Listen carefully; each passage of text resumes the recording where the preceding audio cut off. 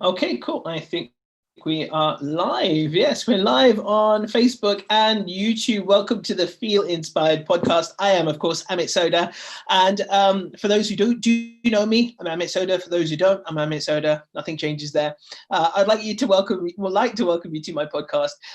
This is where I aim to bring you some of the best wisdom, knowledge, tips, help on your personal well-being and so on and so forth, and in order to enable you to feel inspired to make changes in your life where you feel like you need to make those changes. So this is episode 15. I have an incredible guest with me today as well, who's written not just one, not just two, but 3 books in a series, which I can tell you personally has been quite a challenge just to write one book. So to have written 3 is a pretty incredible feat. And I think there's a 4th coming as well. So we'll find out more about that in a little while as well. So without further ado, I'd love to welcome this incredible soul who's called Smita Joshi, and she's the author of a series of books called Karma and Diamonds. Now, that's an unusual title as well, so we're going to kind of do a bit of a deeper dive into finding out what that means and where that came from and a little bit about her. But if you're watching live right now and you want to join us, we're on the live stream on Facebook. Please do share it with your friends, your family, your connection. That's my ring doorbell going off there. That's absolutely fine. Ignore that. Share it with your friends, your family, your loved ones. Get your peeps involved, and also press the reaction emotions as well on Facebook as well. Let's get as many people joined in on this as possible. So I'd like to welcome a very special guest, Smita Joshi. Welcome. How are you? Hi, Amit. I'm absolutely wonderful. So honored to be on your podcast and to be on your live stream. Thank you so much for inviting me. You're welcome. You're welcome. Now, I deliberately do this, by the way, where I don't get to know my guests that well before a show, because I want to use this as the opportunity to get to know you. And so I'd like to ask you, first of all, if you could kind of just tell everyone a bit about who you are, how you've got to this point, and from where you were as well to this point, because I think fundamentally, we know that most people have been through a journey, have been through some kind of challenge or some kind of pain that's turned into their power. So I want to hear about you and yours, and how you've got to this point, and also the books as well. So please do give us a wonderful introduction. Thank you so much, Amit.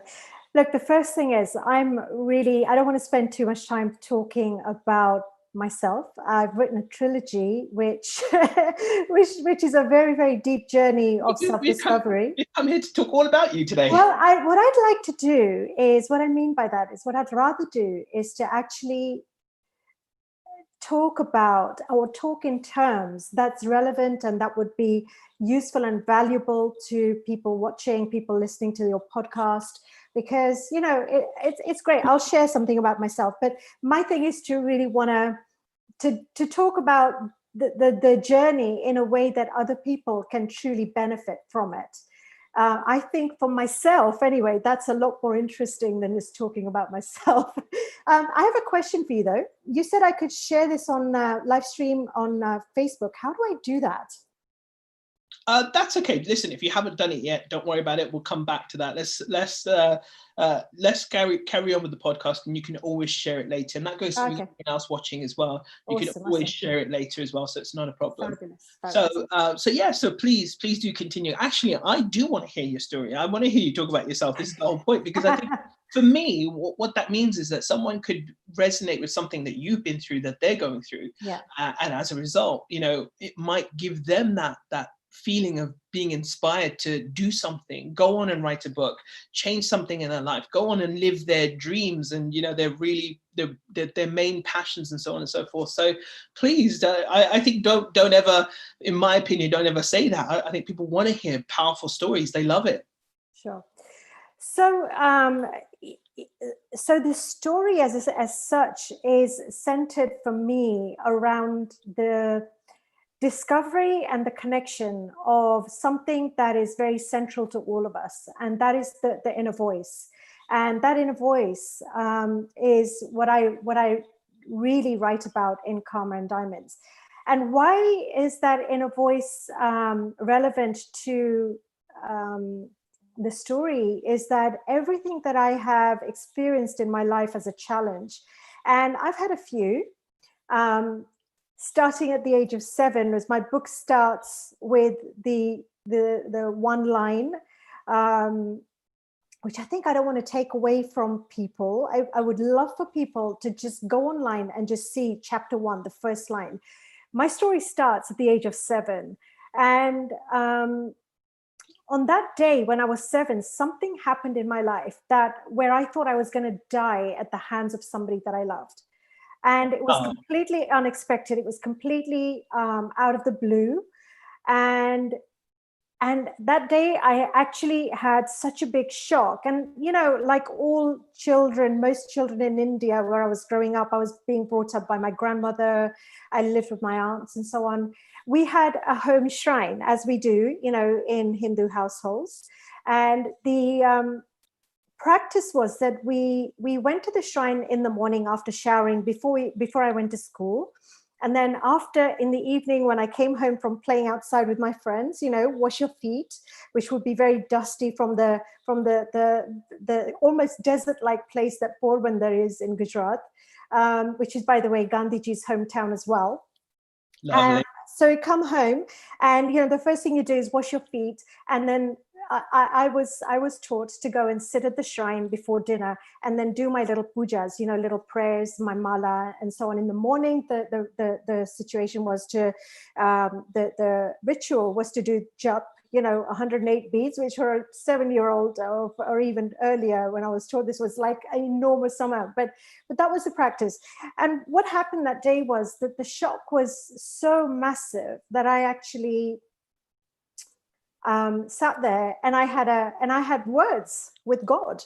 And I just said, you know, what is this? It's like, how can you let this happen? How can this be happening to, you know, the people in my life? How can this be happening to me? You know, that must mean that you don't exist. And I just said, if you exist, you show yourself to me now. And what happened then was actually I had this really profound experience of, I mean, I was literally shaken in my little body, and I felt like something happening in my spine. I felt tingling. I heard a voice, and the voice was really loud. It was a booming voice, and I looked around to see if my dad had come home. He hadn't, and the voice said, "You are well taken care of. You have a purpose here. You are well taken care of. And you are not alone." And then I saw this massive hand, like the hand of God, literally coming, almost like a magic carpet. And then the little girl sitting on the palm, so of that hand. And I realized that little girl was me. And in hearing that voice, even though it was really unexpected and booming, there was something about it that really calmed me down. And it made me sit up and take notice. And that was the very first time that I actually consciously remember being present to this whatever that was. And it was because there was so much sparkles and there was an essential experience with it. I began to relate to this thing as a diamond. It was like my diamond, you know, because I was 7 years old. And throughout my life, over the years, when we came to the UK when I was 10, and then, you know, we were still very early on in the journey of Indians coming into the UK. So that was, at that point, you know, I started to go, obviously I was at school, you know, secondary school and so on, started to really integrate into local culture as well as the one at home. And what happened to me there was, it was just a natural integration. But this voice, this inner voice, was also very strong in the sense that I felt it. I felt like its presence in my life in the way that I did things. And so it was like I was being guided the whole time. I was listening to this voice in terms of what was right for me, you know. It was a very early experience. And from there on, anytime that I had situations where there was a conflict or there was a dissonance between myself and other people, I found that I would go, and especially what I wanted to do, and it was completely at odds with other people around me, I found myself turning to, I found that voice came up again. at that point I didn't, and then spoke to me, and it kind of like gave me, so I'd ask the questions and the answers would come through that voice. So it's not like a woo-woo type, external thing that I heard. There's like, not schizophrenic or anything. It was literally very intuitive, and sometimes very visual. Sometimes it was very, I got my answers through synchronicity and so on, reading a book, opening a book, and then the answer would be there, and so on. So all of those intuitive sort of things that happen when we're connected and when we're listening to what's going on in our lives, and why certain occurrences happen when normally they might not. So, that's what I mean by the inner voice. And then so I started to find that in the early days, when I was distressed about something and when I wanted my answers, then I would really go and ask, like, what about this and what about that? And then I would get the answers.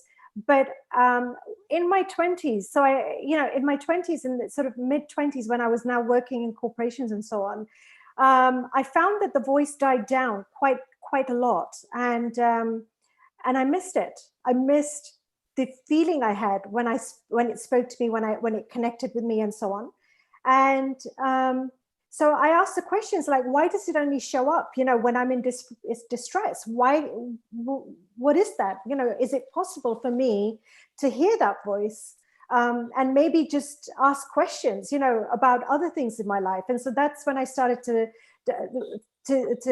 meditate, and I would taught myself to meditate. That was kind of like what my intuition was, like, to just sit still and to ask the question, like, what if I just sat here and tried to hear it? And so I developed a practice of meditation it was, already a very, very busy kind of life, doing really well at work, etc. But I felt there was a missing.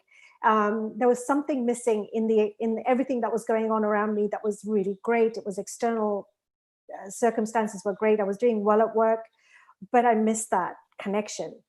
And I didn't know that that's what it was at the time, but that's how, that's what I realized at the time when I started to ask the questions. Can I hear that voice? And what if I started to ask questions without having to go through disturbing times, or without being in times of distress? What would happen to, if I did that? So I was really only in my early to mid 20s at the time. And that's how I began to relate to this thing called the inner diamond. And it's, I found that if I asked questions, it gave me answers, and very clear answers. And whenever I listened to it, it felt like it was the right thing to do. Even if other people, everybody around me said it wasn't, I knew that it was exactly the thing that I need to do.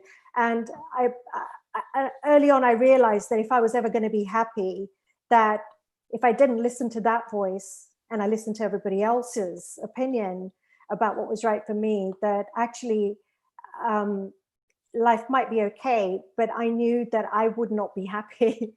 I knew that I wouldn't, in myself, I would feel like I've sold out. I knew something would be missing for me always. And that was when I kind of really started to learn the process of trusting that inner voice.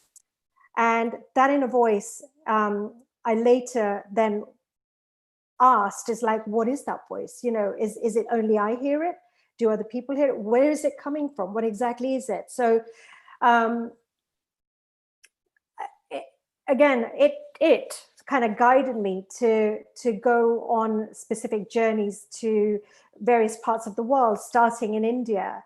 And Karma and Diamonds explain, it's really a series of stories about the actual events that happened in my life that triggered various realizations, various healings, making sense of what happened in my childhood, what happened to other people, what happened to me, and so on, and to really start that healing process. I found myself then, going off to India and listening to gurus. It was one of the first trips I did was a sabbatical, where I went with, and I didn't know, I just landed, like I landed at my Masi's house in India once, having given up my job that I was doing very well in, just because it felt like I had to get some answers.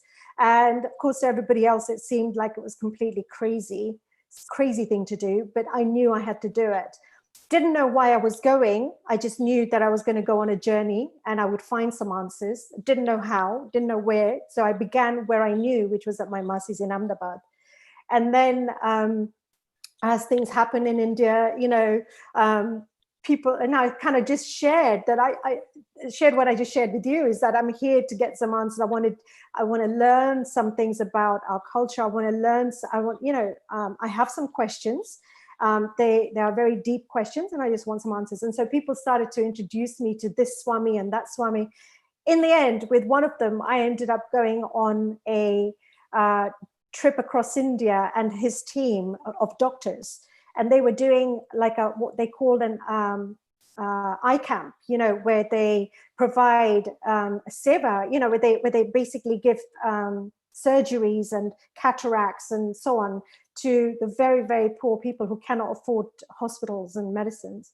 So I ended up traveling with them, getting out of my comfort zone very, very much, because, we were staying in ashrams and we stayed in places which I was a little bit like, will I like it? So the higher self, when you start to listen to this in a voice, does take you outside your comfort zone in such a massive way, because that's where you find the real gold of who you truly are. Absolutely. And so that's one of, and just to finish that particular side of the conversation in terms of the inner voice, the inner diamond, when I sat in the evenings listening to the yogis and the swamis, giving their lectures, they talked about this thing that I have just mentioned to you. And they actually, at one point, one of them referred to it as the inner diamond. And I'm like, whoa, what is, so I kind of got some validation that my experiences were not somehow crazy or cuckoo, that there was some basis to them in the shastras, in the Indian shastras, the Indian sacred philosophies. And that gave me a huge amount of hope. So you were going to ask me something. Beautiful. Yeah, no. I mean, I'm just like absorbing everything as well. It's a beautiful story, and so much to take in there. So you actually started on this journey very, very young, very young, in fact. And what you talked about doing in terms of your 20s and going on this mission to find the answers, I think that's quite a big thing for many people, that they go through this experience of trying to find some meaning to everything, because I think, I don't know about you, but one thing I found is that everyone reaches a point in life where they ask, is this all there is? Is it all just about waking up, going to work, earning a little bit of a living, making some money, saving up enough to retire, and then we just die? Is that all there is to it, or is there something more? And I think that some people get to that stage much younger, and some people get to that stage much older. But obviously for you, it was a journey that you kind of started when you were very, very young, and has now continued into, who you are today and stuff. And I mean, obviously looking at you, you're still only 16, of course, naturally, I can see that. Only 16, yeah. Of course. But it sounds like it's been a beautiful journey so far, but it sounds like it's also kind of still in the kind of early stages for you in many ways. Correct me if I'm wrong. It's always going to be in the early stages, Amit. Look, when none of us, if we're on the planet, we are here to absolutely learn. We're going to learn. And, the one mistake, I think one of the pitfalls about being on a journey of discovery of who we deeply are, is to do a little bit of work. And I see it all the time now when I'm coaching or mentoring people. I have this conversation with, in fact, I had this with one of my coaches yesterday. What we were talking about, the fact that, I'm saying, like, people think that just because they've done a little bit of learning, or there's an insight, we get so excited about that insight or a series of insights that we think that's it. That's it, yeah. But in fact, we are only, those insights are only going to take you to the next one and the next one and the next one. And I think that's where, this desire to everybody wants to teach everybody else what they've learned. But I think there's so much value in taking your time. I've been on this now for myself. To be honest, I really started inquiring, like I got very interested in the psychology of being human, you know, who we are as people, the design of being human, as Werner Erhard or Landmark Worldwide calls it. You know, when I was about 14, and that's when I started to read Wayne Dyer and Deepak Chopra slightly came afterwards, but Wayne Dyer and Norman Vincent Peale, you know, the power of positive thinking, anything I could find in the library in Rayners Lane, which is, you know, where I grew up in Harrow. I would just go there every Saturday and I would look through the shelves and I would literally just pick up all the books in psychology, and that's what it was called at the time. There was no Mind, Body, Spirit until much later. So, you know, that's where I started. And so I feel like I don't know anything. The more I think you do, they say the more you learn, the more you realize, you know, have realizations, the less you feel you know. And it's not just a thing to say to be humble. I mean, it's really like that.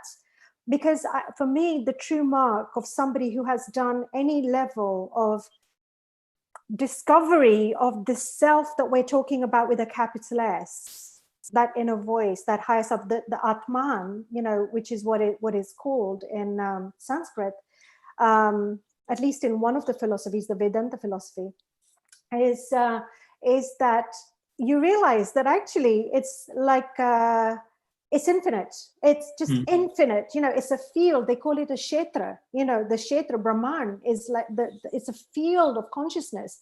Or as Rumi calls it, the ocean, right? He calls it the ocean, but you know, and but the ocean can be still limited to a planet. But you know, the Brahman. But it's an analogy. Like, I think the exactly. expanse of it. I agree. And so you know, and then when you relate to yourself in that sense, it's like, wow, there is just so much more for me to discover. So it is exactly like that. And so I've been doing this now, I'd say probably 35 years, maybe more. And it's absolutely the cornerstone of my life. It gives everything that I'm interested in doing. Even when I was working in large corporations, and I worked, you know, for 25 years in either startups or large organizations like hardcore corporate environments. This is what I brought myself home to, was, you know, coming home, finding that inner space, finding, you know, the shutting out the external noise, but then, you know, really working on quietening the internal noise, the inner, the mind monkey noise, you know, because we are so. You mentioned the ocean. Look, 2 days ago, I did a session with the London Mayor's office, and you know, for International Yoga Day, they invited me to do a session with them. And what I did was a session with them on something called Mind the Gap.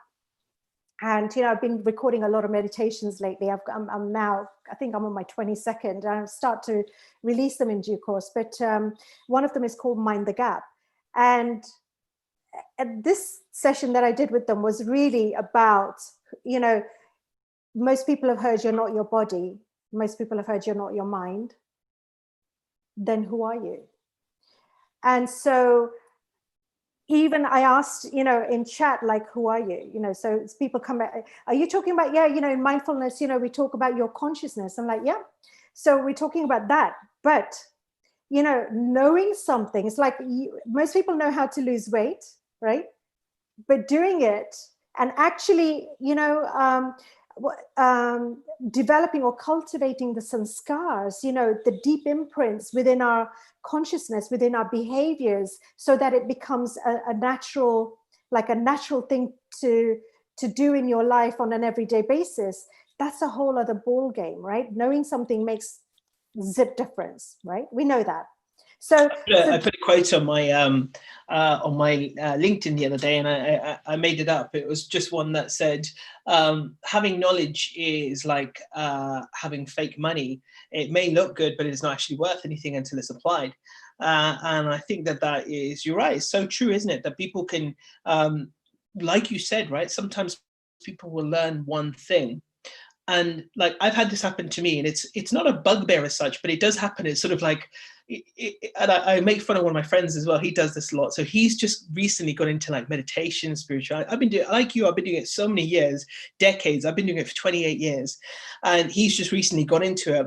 And then he speaks to us as if it's all brand new. And I'm like, Sonny, you're preaching to the converted. You know, it's like, it's, you know, basic stuff, right? This is the stuff that I've been doing for years. Yeah.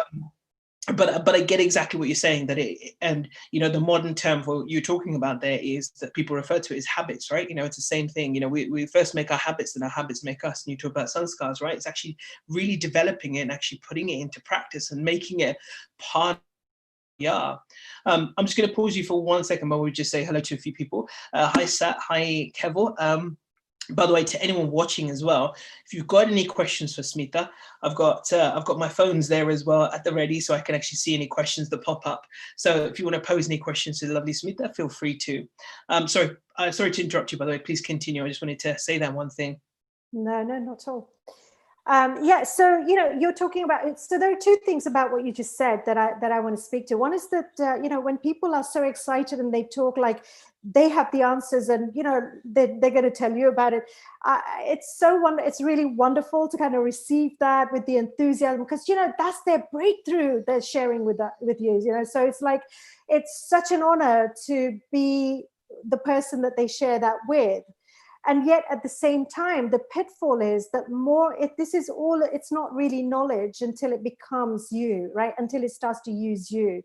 So it's only information up till that point. And so we were talking about with the mayor's office, you know, if you think about the consciousness as being the ocean, the mind, the thoughts are like waves that just keep coming. You know, it's like they keep coming, they keep coming, they keep coming. And that's the thing to watch, is that, you know, we get so enamored with this thing called information, not, knowledge, that becomes a be all and end all. And we acquire that. But actually, the real breakthrough happens when you start to listen, to calm, because it becomes very, very quickly noise. It's like, I should be doing this, I shouldn't be doing that, that's not right, that shouldn't be like that, you know. So all of that stuff that we learn can very quickly turn on you, you know, in the sense of becoming mind monkey noise. Like, I know better, or they know better, or I've got to learn this. But actually, all of us, doesn't matter who we are, doesn't matter what age we are, it comes down to developing the practice of understanding one thing, that this consciousness that we are, who we truly are, it actually, what I call the inner diamond, and you know, that's just something that appeals to me. People call it all different things. That's the space that exists between the spaces between thoughts. So one of the, and let me in fact do this with you, maybe, Amit. How about we try this? How about you take 30 seconds now? And I know you're a very evolved soul, so, you know, but even so, you know, we're in the middle of a day, we're in the middle of a process. So I'd like you to try this. I'd like you to just close your eyes for about 30 seconds, okay? And I'd just like you to get present. Let everyone try this along as well. Everybody try this. Go for it. So I'd just like you to get present, to just close your eyes. You don't have to do anything. Just chill out in your seats, let go of, just for 30 seconds. And I'm going to time it on my phone here. All I want you to do is take a deep breath. Just relax, let go, relax into your seat. For the next 30 seconds, all I want you to do is to become like a fly on the wall and just observe what's happening in your mind. Just listen to what's going on in that mind. What are the thoughts? How many are there? You don't have to count. Don't get busy doing anything. Just observe, okay? Starting now.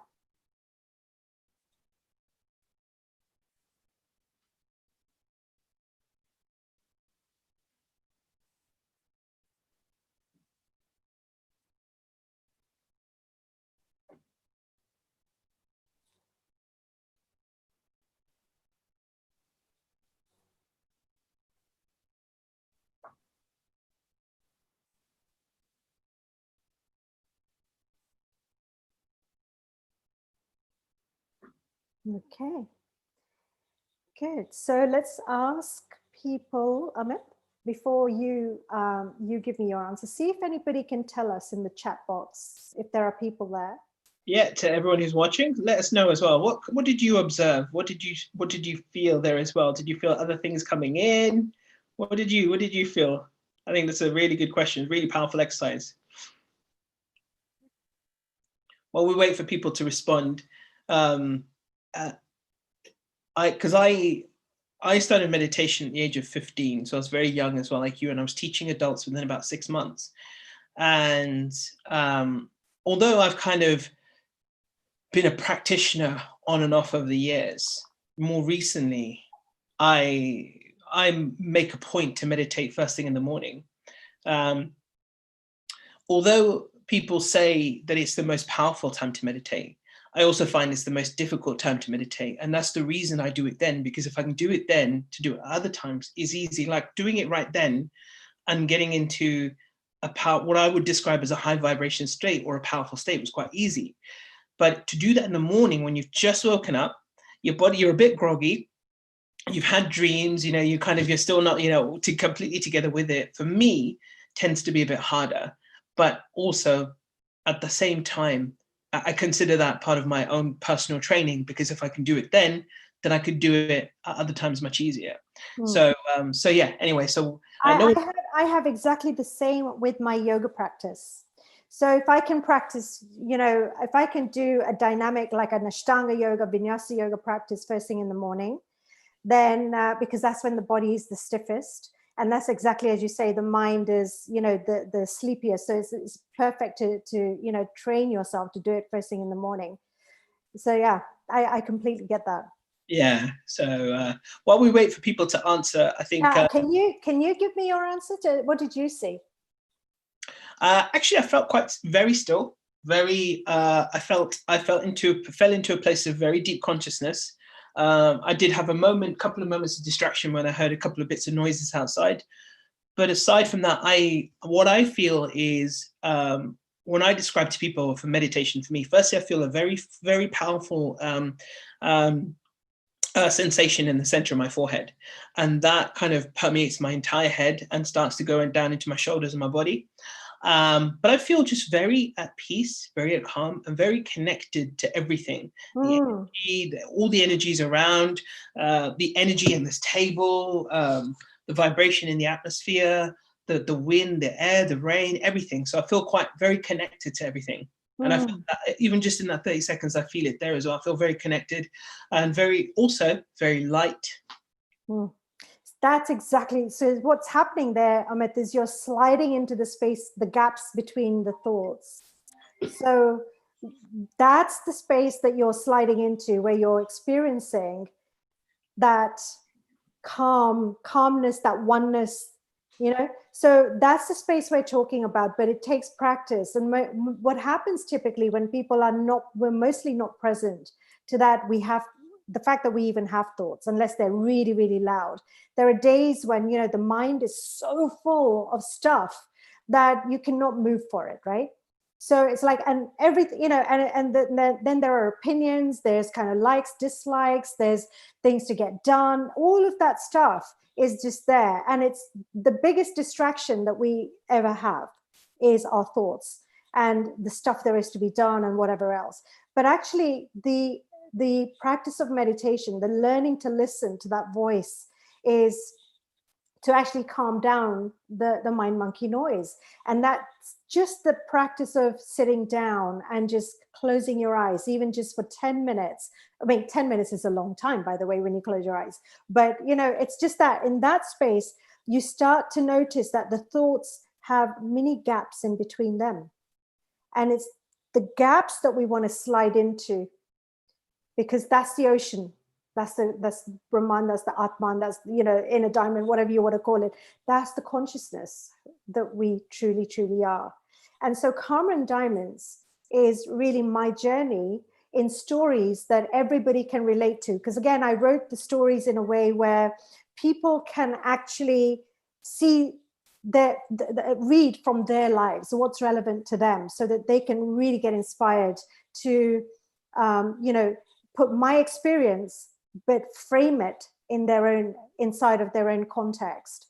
And so that's what you asked me about common diamonds. What's a diamond about? The diamond, there are two elements to that. One is that I consider this being, the beautiful being that we are in terms of our pure consciousness, is so elusive. It's been made so elusive by the Shastras and by, it's just like people talk about it ad infinitum, but they don't actually give you the access to it now. And in 30 seconds, you already tapped into that.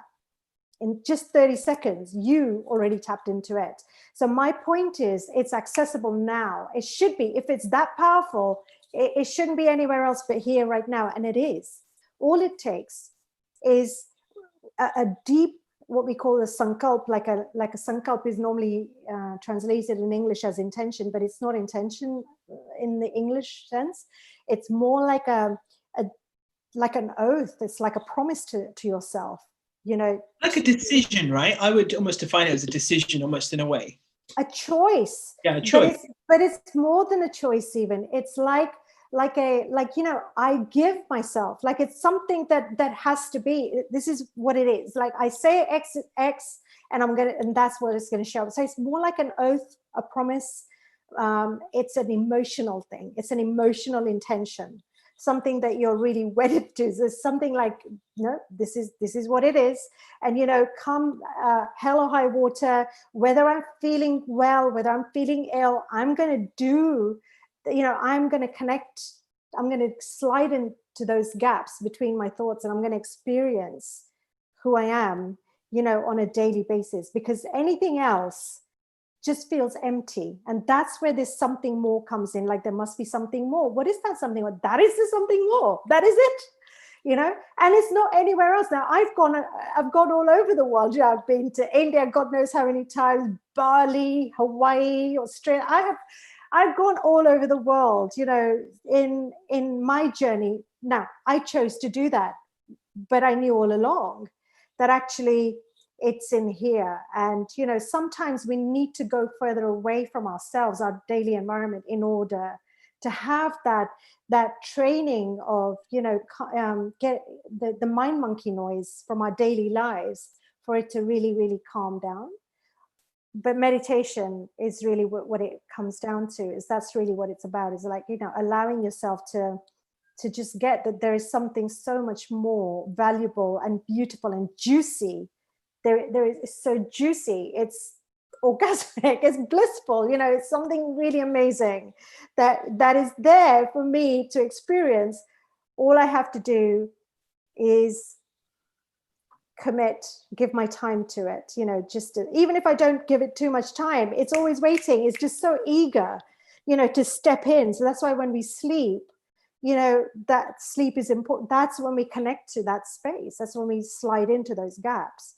And so sometimes you wake up in the morning and you've had this amazing insight or realization, or, you know, showers are great because, you know, you're focused on the water and you're anytime. So somebody asked me the other day, what if you know, what about people that find meditation really hard? You know, they might enjoy doing other things. I'm like, perfectly, amazingly fine. Because if you enjoy gardening, digging holes, you know, my husband is to give you an anecdote, you know, he's worked in a large corporation for most of his life, and he's got an incredible responsibility.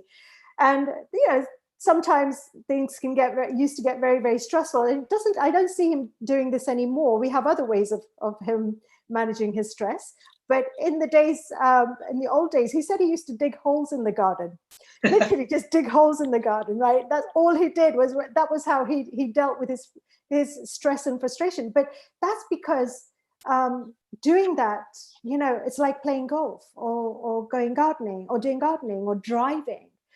Anything that interrupts, I'd say, disrupts your pattern of thought is what will get you into that space. And so Common Diamonds is really about listening to that inner voice. And I have this crazy relationship with this pure consciousness business. You know, it talks to me all the time. I'm very lazy. I'm a bad shopper. I hate shopping. So if I want to ask, like, I need a really beautiful dress, where do I have to go? Nowadays, of course, I can go online, but even now, I might just want to go and try it on. I'll say, where do I need to go? Where do I need to go? This is what I need. So I get very clear, and I get my intuition, I go, and there is the thing that I need, time saved. And that's also how I connect with people. Pretty much do everything in my life, to be absolutely honest. Yeah, I mean, I honestly wholeheartedly agree, because when you were talking there as well, it reminded me of the saying by Viktor Frankl, where it says, between stimulus and response, there is a gap. And in that gap is our freedom to choose. Therein lies our growth and freedom. One of my favorite quotes of all time. But also as well, like what you were saying about the whole thing of, whether you're gardening, golf, whatever. And I remember writing this as a blog post many years ago. I've still got it up somewhere. And I mentioned this, and I was saying this, and I remember someone coming onto my blog and disagreeing with me, but I stood staunch on that as well. I think that, you don't necessarily have to sit down and meditate to feel that consciousness. Some people describe it as flow. Some people describe it as being in the moment. Some people describe it as this. For me, these are just all interchangeable terms. You talked about, the consciousness, the all, the universe, God. These are just all interchangeable terms for me. You can throw whatever name you want at it, but it's the same thing. So for me, the power is in that. It's the experience. The being, right? Let's not get so caught up in the semantics of what it's called or what would you say it is. We all have our preference of what it's called or what that experience is called, it means to us, but essentially it is the same thing. It is divine consciousness. It is the universe, what's beyond the universe. It's everything. And so it's a beautiful, I like that though. That's a beautiful way of putting it, and applying it as well. And I think that this is essentially what we put as the title of this as well. If, finding the inner you in amongst chaos. And let's face it, right now, there is no more time of chaos than there is right now. Well, I think defining the inner you, Amit, is really, really important, because that what is that thing? What is that inner you? What is that thing? And like we were saying, like you were saying about whether somebody gardens and gets that connection, whether somebody it's about getting in that zone. It's all about finding that gap between your thoughts to slip into. Okay, what is your mechanism to do that? And we all need to start somewhere as well. So this is one of the pitfalls of this thing people call being spiritual, which I absolutely hate the term. I'm now looking to coin some new words and new phrases. I haven't entirely succeeded yet, but I keep looking. Because for me, I like to call it pure blissful being. Okay, that's what it is. It's what happens when, for example, people who have men and women, men who've been present at the birth of their child, women who've given birth to a child, they will relate to this experience, that there is an interruption, there's a total disruption of your everyday thinking, thoughts, opinions, judgments, assessments, the whole lot, right? That goes on in the mind. There's a real interruption of that in those moments, and that's when you slip in. So this being, this consciousness is so available. It is so available. It's just there. I mean, it's nowhere else but there the whole time. The thing that's not real is the mind monkey noise. It's all the thought. Now thoughts, I mean, I don't want to throw the baby out with the bath water, in the sense that I don't want to say that the intellect is not valid. It's valid, but it's a tool for discernment.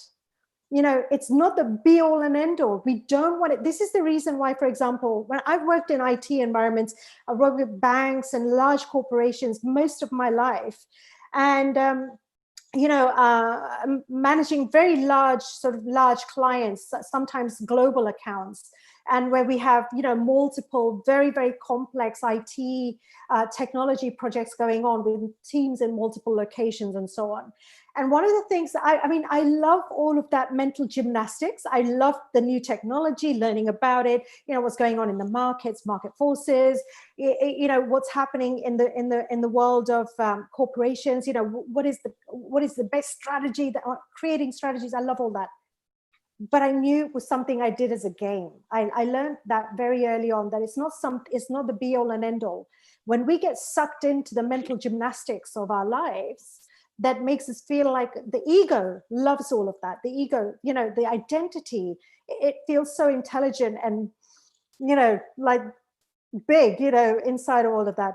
But it's really a distraction, because if you don't manage all of that and you don't have somewhere else, some other way of slipping into the gaps, then we end up with, look, all of us do, okay?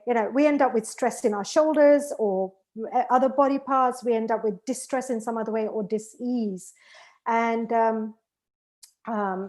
that's why, finding your mechanism to slide in to the gaps, that is, pure consciousness, that juicy place. That's what you've got to find for yourself, whatever that might be.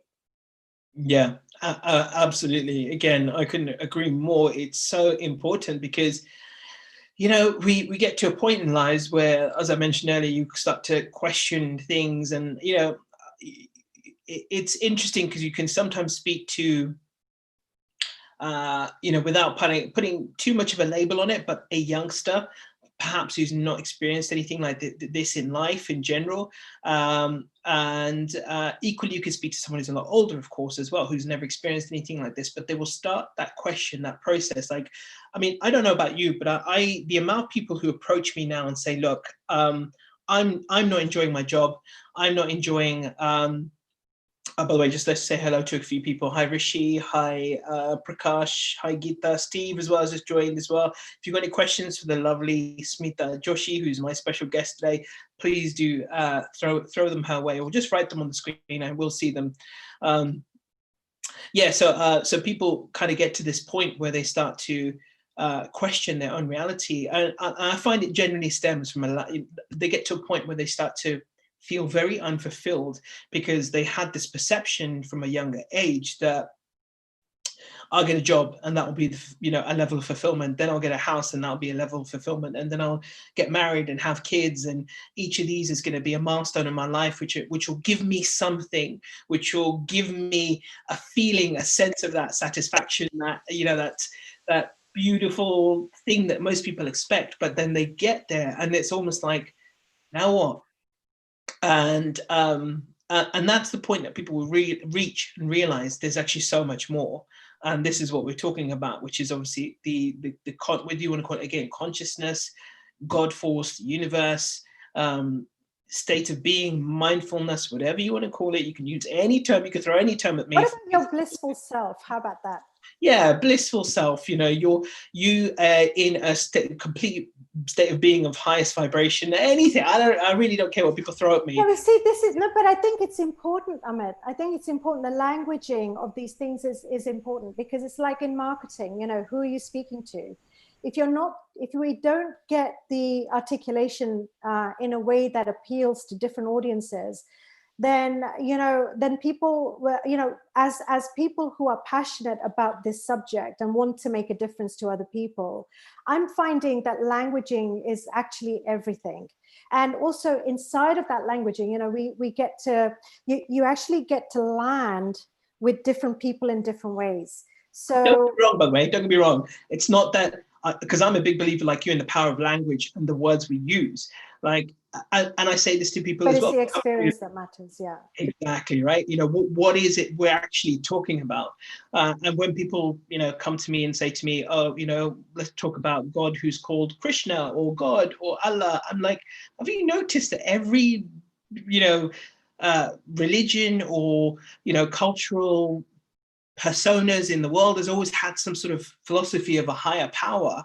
And isn't it possible that we're all talking about the same thing, but we all just have our own lexiconisms about what this being is, who it's called, etc.? And you're right, we all have a preference about what we attach it to, in terms of, some people feel more comfortable calling it the universe. Great, no problem at all. There's some people who feel more comfortable about calling it God. Great. Please, whatever floats your boat in that respect. Absolutely, I couldn't agree with you more. And I agree that everyone has a different approach, and this is the variety of life, right? This is the spice of life, the beauty of life, that we all have this amazing variety. We're not all the same. We're not all ever going to be the same. Otherwise, life would be very, very boring. But this is what makes the human experience so wonderful, is the fact that we have this incredible diversity. That's the way I look at it. So I agree with you wholeheartedly, definitely. I like to think that so people have, religion and God and Krishna, as you mentioned, and Jesus and everything else. And actually for them, what we're talking about isn't what that is at all. It's not that at all. They will think this is all heresy. This is heresy to say that, what I'm talking about, that experience of being, is actually inside of you. It's actually your primordial state, before you're in a body, after you're in a body, while you're in a body. It's the be all and end all, and that is what my experience is. But for many, that would be really anathema, and they will not like that at all. But for me, it's okay, because what I say to them is, look, do you want to feel at ease with yourself? Do you want those moments in your life when there's some magic, where you want moments in your life when you feel really, really at peace? Because look, that's the one word that I want to talk about. That is so unfashionable. It's so not cool, but it is what it is, right? It is Shanti. The word Shanti is what the whole of the Shastras, it's like the word Shakti, Shanti. Those two things, they combine. Shakti is the primordial divine sort of creative power that we have. You call that a divine feminine, or you can call it the creative power that actually makes consciousness, brings just pure consciousness into manifestation. If you want to have pure consciousness, is just there. It's just there. It's doing nothing. It's just there, right? Until Shakti ignites it. Spark. You need a spark. You need electricity. You need something like a match, to ignite the fire. That the wood that then becomes the fire. So Shakti is very relevant to Shanti, because it's Shanti. The word peace is has a very feminine yin quality to it. I would like to invite you, again, like we did before, and people who are listening, just try this for a moment. Just try for a moment, just to sit there and do absolutely nothing, just for a moment. Just take a breath. Exhale. Take another inhale and really slow the breath down. Just allow the breath to rise very naturally. And exhale, lengthening the exhale as you breathe out, slowly, smoothly. Now inhaling, another inhale. And one slow, very smooth, very long exhale. Right? Now, whatever's going on around you, I promise you, you'll find a sense of stillness just in the moment now. You can bring peace. That's the Shanti element we're talking about, right? Just quietening the mental noise down a little bit, the mind monkeys. And when we start to do that, just really connecting to yourself at that level, and just allowing peace to be a thing in your life, then amazing things start to happen. And so I think that, what did you experience just then? Pretty much what I experience most of the day long, because I'm genuinely quite in that state. But it's interesting that, again, you draw on such an important point, that again, I see people fighting about this, in terms of, this whole concept of again, let's call it just for the sake of the argument right now, not argument, of course, discussion, for the sake of the discussion right now, let's call it mindfulness. And then someone put up a post on LinkedIn, we have a discussion about it, talking about kind of setting goals. And I find is people often place themselves in one camp or the other, and they think that life is just about being mindful, or life is about being goal orientated. And I say, look, to be honest, life is about both. There's a beautiful saying, and I think it's Jim Rohn who said, like, I can't remember the exact words, but paraphrasing ever so slightly, he says, life is about enjoying what you have while you pursue all that you want. And that, I think, is a beautiful way to put exactly what you were talking about. You're talking about Shakti, the manifestation. Yes, you are the creator, but also you are the divine in that moment. In fact, a beautiful book I'm reading at the moment as well kind of just states it very nicely. In fact, many books I've read actually all state this as well, that there is only one moment in time. In many ways, we cannot not be mindful of this moment, but it's that, like you said, it's the chatter, it's that illusion that we have switched on about this perception of time. Whereas actually the truth is, as many physicists are starting to also allude to, that there is actually only one moment in time, which is now. Beautiful. So, this is what I'm saying, is that when you bring the element of Shanti, my mom often says to me, Shanti Purvak Karwanu, which means, you bring, in Gujarati, it means, whatever you're doing, do it peacefully, like, be at peace with yourself while you're doing this. And she's actually really amazing. And if you watch her go through her day, she does all these things, but she's very, very peaceful. And that's the thing, is that whatever we're doing, it's like bring consciously, bring the quality of peace into it. And believe me, so many conversations that are going on right now will shift. So one of the conversations that I'm about to have, I won't say where yet because it hasn't been announced, is about this Black Lives Matter conversation. And, I completely understand, when we have, like, I've gone through a lot of stuff in my life where I think things have been outside my control as a child, but I've been left with the fallout of what has gone on to deal with that, and to deal, how that impacted me, and healing myself, to really not let that past actually influence my future, so I can truly, truly create my life independent of what's gone on, and I can choose what my future is going to look like. But that took a huge amount of healing. There was a lot of anger, and I won't say there isn't now. There probably is. As and when I come across it, I acknowledge it and I work with it. But and it's valid. It's absolutely valid that we have that. But I want to talk about, bringing the dialogue to the level of what would happen if we really accept stuff has happened, we've had that, and now we need to find a solution to that is so outrageously powerful. It's beyond anything that a past could give us. What would we create, and how would we create it? I can just say that, that foundation, that context of peace, Shanti. I like the word Shanti better in Sanskrit because it sounds so beautiful. Now, if you say Shanti, it doesn't sound so beautiful because there's a hard edge to it, right? So it's worth learning the word, especially my yoga friends, who are teaching and stuff. I could see they really grapple with this. It's that, the word Shanti, that is just so powerful. Immediately as I say the word, the vibration is a mantra. The vibration already works on me. Shanti. So you'll hear in Indian ceremonies, at the end of my yoga classes, I will say, or many yoga classes, people say Shanti, Shanti, Shanti at the end of a ceremony. And that's the kind of context. But if you bring that to whatever you want to manifest for your future, then things begin to arise, as opposed to grappling with, how am I going to do it? What's it going to take? Oh, I need to, get into the gym and lift all these, do all of that, but quieten the mind monkey noise and really focus in that moment on what it is that you're out to accomplish, because that will get you there faster. Just like I'm now practicing, or I'm developing my abs, I'm doing my Pilates or whatever.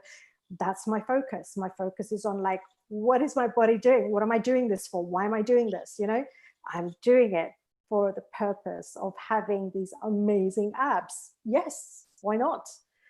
But you mentioned it earlier about that there's only one moment. A few years ago, Werner Erhard, who's a most unbelievable guy walking the planet, a guru of gurus. I'm sure you've heard of him. Yeah. Mm-hmm. You've heard of him, yeah. So Werner Erhard was teaching, he created this new course called Mission Control.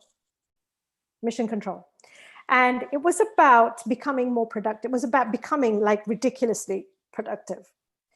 And I was one of the first people. I was the first person in the UK, actually. I think me and one other colleague, we were trained in training others in the UK at the time when this happened. This was a few years ago now. And the whole crux of that particular program was the fact that, you know, you're not doing anything in the moment except what you're doing right now. Right now, I'm speaking into a conversation with Amit Sodha around a podcast, but I'm actually talking about being in the moment. That's what I'm doing right now. I'm not doing anything else. I'm not out there practicing yoga. I'm not scheduling something for tomorrow. You know, you can't. In a moment, you can only do what you're doing right now. So that's where the power is of productivity and becoming really effective. If you can just get that, it makes you really peaceful. Just makes you so super peaceful. You know what we're talking about. Like right now, this is all I'm doing. There's nowhere to get, nothing to do. Just have a conversation. Everything else is you're either going to do something next, and that'll be the next thing that you do.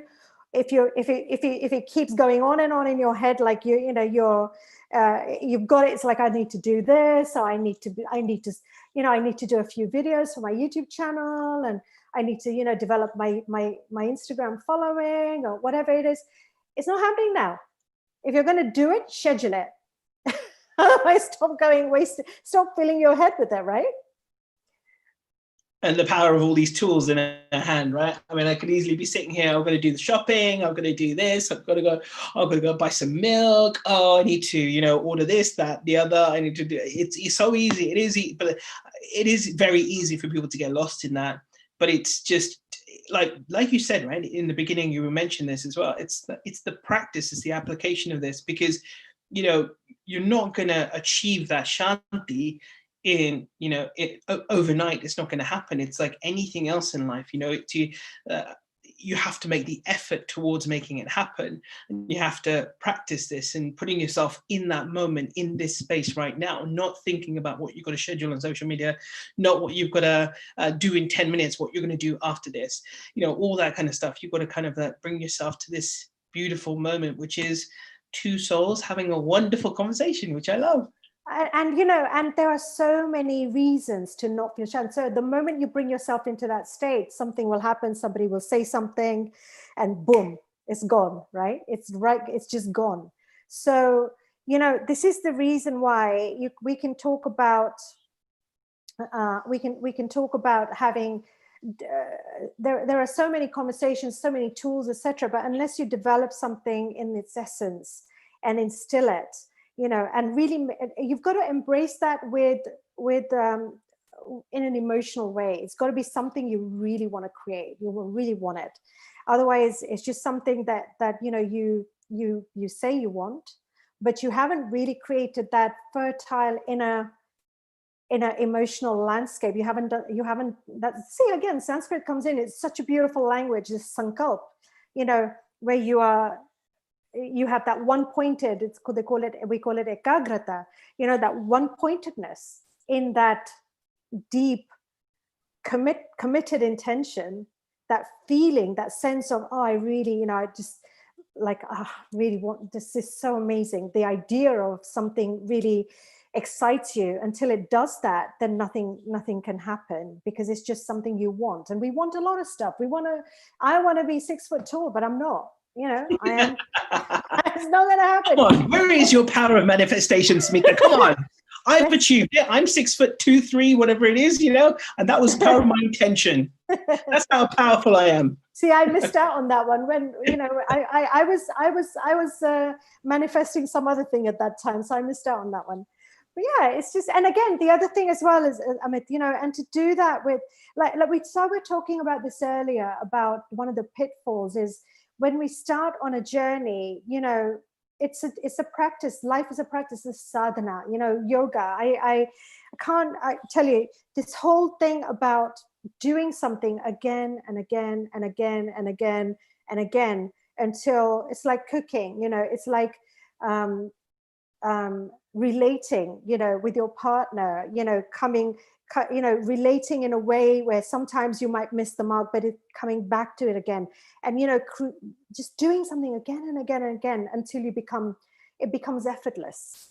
It's just the effortlessness comes only with practice. And so one of the people that I'm coaching right now wants to set up a blog and in a particular area. And, she's already got the domain and everything. And she's really, but the thing that she really wants to write about, she's not doing that thing. She's not doing it. No, because she's got reasons not to do it. Now, look, let's not laugh about that because it's very difficult. We want to do things. Like when I was writing my books, I was telling everyone I'm writing my books. I'm writing a book. But I wasn't writing. I was a writer who wasn't writing for a very, very long time because the fear, because of the lack of practice, because the discipline that it takes, to just show up every day, to do something that you don't know how to do, right? It's not something that you are born doing, right? So there's many, many things that we want in our lives. The dreams that we want are usually things we don't have much facility with. They are not things that we are masterful at usually, okay? Until we keep doing them. So a little bit like with you, with the videos, the amazing videos that you're making now, Amit. I'm sure when you started, it's like we just have to start. We need to do something, and then you kind of look at it, and then you see what can be improved, and then you think, oh no, I'm not going to put that one out at all. But it's just doing it again and again and again and again, and then you arrive in that place where you kind of go, oh, I've got enough stuff. And I thought I was writing one book. I ended up writing, when I took it to the publishers, he said it's too big as a book, as one book. It's actually 3 books. Now, we were just talking about it going on Audible. So now yesterday, Audible actually published the 3rd because they kind of started with book 2. Then they published book 1, then they published book 3 for some crazy reason. And we're looking at how many hours is that? Okay, I narrated these books, by the way. I didn't know how to narrate them either. So, but they said, no, you're the best person to do it because there are so many accents, and there's lots and lots of people in this, like 85 characters in this book with so many different accents, Dutch and French and all kinds of stuff. So they said, no, you're the best person to do it. I'm like, bloody hell, what about what? So, but I learned it supersonic fast because I was terrified, absolutely terrified. But I learned that. I got somebody to help me. I got a coach for a short period of time to help me with this whole thing. But by the time I'd got to the halfway through book 1 in actually doing the narration, I didn't need my coach anymore. Because I'd put in enough hours and enough focus and intention that it just flowed. So it's a pitfall to think that when you start doing something that, just because you've done a little bit of work on yourself, that you're ready to teach other people. I think there's some wisdom in that. But I also think there's a lot of humility in just learning for a very long time. Now, because they were my books, I was able to narrate them very well. But they were like, if you look at how many hours they are, so book 3 is like 10 hours and nearly 11 hours. Wow. Book 2 is nearly 8 hours and book 1 is nearly 8 hours, right? Unfathomable. If you'd told me that's what we were setting out to do, I think I would have just felt paralyzed to begin with, So it's just in doing it week in, week out, day in, day out. That's all I did in that period of time when we narrated those books. That's all I did. Apart from my yoga practice, apart from looking after my mom, and apart from obviously, conducting my relationship with my husband, it's mostly what I did. Everything took a backseat. So that's really one of the things to say is like, you can fast track, but then you have to give it your all, Yeah, no, absolutely. I was going to say, right, we're sort of approaching the end, but definitely not the end of our discussion, because I think we're going to need, just like your book was so long it needed 3 parts. I think we might have to break this podcast down into 3 parts as well. So before we kind of wrap it up, I think I'll ask you 2 quick things. Firstly, obviously, I think people would want to know who you are, how to reach you, and the name of your books and where they can buy them. So if you want to kind of tell everyone, reiterate your name, tell everyone the name of the books and where they can buy them. And yeah, so firstly that. Okay. Right. So Smita Joshi, and the books are called Karma and Diamonds. It's a journey of self-discovery across continents and lifetimes. It's inspired by real events. And really, the books are about finding the inner you amidst life's chaos. And you can find them on Amazon. You can actually get them through my website. Just, my website, smitajoshi.com. You can get them, and there's a special bundle going on right now, and I'm also doing a free gift with that. Top-rated studio recorded meditations. I'm giving away 3 of them, and that's as a gift to people that buy from the website. You can also get them on Amazon, but I think it's even cheaper if you get them from me. So we have them in e-format, we have them in hard copy, and we have them in audiobooks now. As of yesterday, all 3 of them are out. All 3 of them, right? Gotcha. Okay, cool. Perfect. Yeah. Perfect. And I'm social media handles, Smita Joshi 108 on Instagram, Twitter, Smita_Joshi. Just put my name in Google, you'll get. Yeah, you'll find. Yeah, absolutely. And the last thing I wanted to ask, but obviously definitely not the least, because we will definitely revisit this again in the near future. But based on everything that you've done, your work, what your mission, your goal in life is, what is the legacy you want to leave behind with everything that you're doing right now? Exactly what we talked about is really, I love the idea. I love everything that I do is about connecting to this thing that we've been talking about, which is that place of your own inner bliss, right? And that's what I'm about. And that's what I bring to people through my books, through my meditations, through my yoga practice, my teaching, whatever, coaching, mentoring, courses, everything is really about connecting you to your essence, the essence of who you truly are, that place of where magic happens, where you accomplish whatever you want in your life. Beautiful. I love it. Ladies and gentlemen, I'd like to say a big thank you to this lovely lady, Smita Joshi. You can find her online. Her Instagram handle is on the poster, but of course you can just Google her, as she said, find her website, find her books. And I'm loving Audible books at the moment as well. And your books are available on Audible. And they're called Karma and Diamonds, part 1, 2, and 3. And I said it at the beginning, was I right? There's a part 4 coming. There might be. I'm not writing it yet. Right now, I have another project in the offing, which will be probably precede a fourth book. Gotcha. Let me just say that. That's all I'm allowed to say. Lovely. And what I will do for anyone watching this who's been watching the live stream, the podcast, if you've just joined, the podcast audio will be online by tomorrow morning.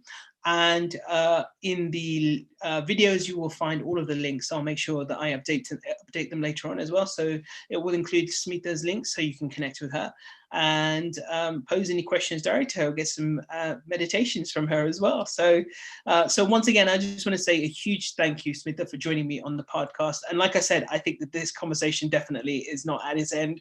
I think you and I could probably continue this and chat for hours and hours by the looks of it. So I just wanted to lastly say thank you so much. And to everyone out there, you've been listening to the Feel Inspired podcast. And thank you for joining me. This was my 15th episode. Thank you so much. I'm just really privileged. Thank you. I just really enjoyed the conversation, Amit. Thank you. Me too as well. So stay on with me while I end the live stream. But to everyone else, have a beautiful weekend. And I will see you all very soon. Take care.